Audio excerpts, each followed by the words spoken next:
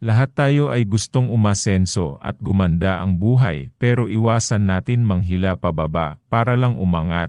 Laging tandaan na mas masarap sa pakiramdam kung wala kang tinatapakan na ibang tao. Respeto sa kapwa ang lagi mong baunin, tiyak na mas aasenso ka pa patungo sa gusto mong marating.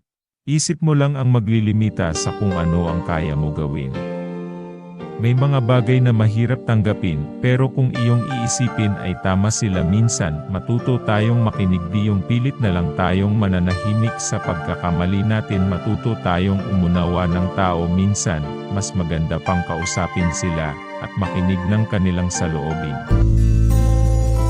Sa gabi ay hindi makatulog, ako'y dinadalaw ng konsensya ko.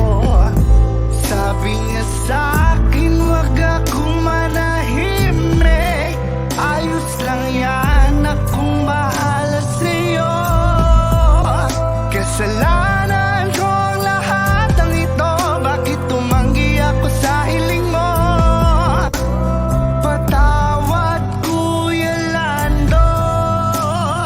Di porket tama ka sa tingin mo ay mali na sila, minsan timbangin muna natin ang sitwasyon. Bago natin sila husgahan, alamin mo muna kung saan ka nagkamali, bago ka magalit kausapin mo siya, di yung magwawalang kibo ka na lang dahil masarap sa pakiramdam na wala kang kaaway. Masarap batiin ang mga taong nang may ngiti, madaling magpatawad na sa sayo na yun. Kung pahabain mo ang simpleng problema, mas maganda magpakumbaba ka na lang at magpatawad. Naniniwala ako na kapag gusto mo ang isang bagay, walang mahirap para sayo. Kada semplang pagpagbangon, sugod lang.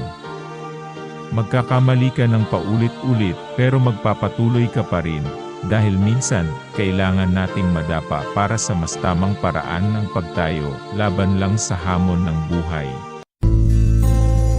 Sa gabi ay hindi makatulog, ako'y dinadalaw ng konsensya ko.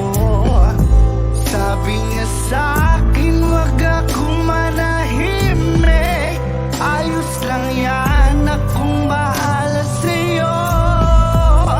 Kasalanan ko ang lahat ng ito, bakit tumanggi ako sa hiling mo? Patawad, Kuya Lando.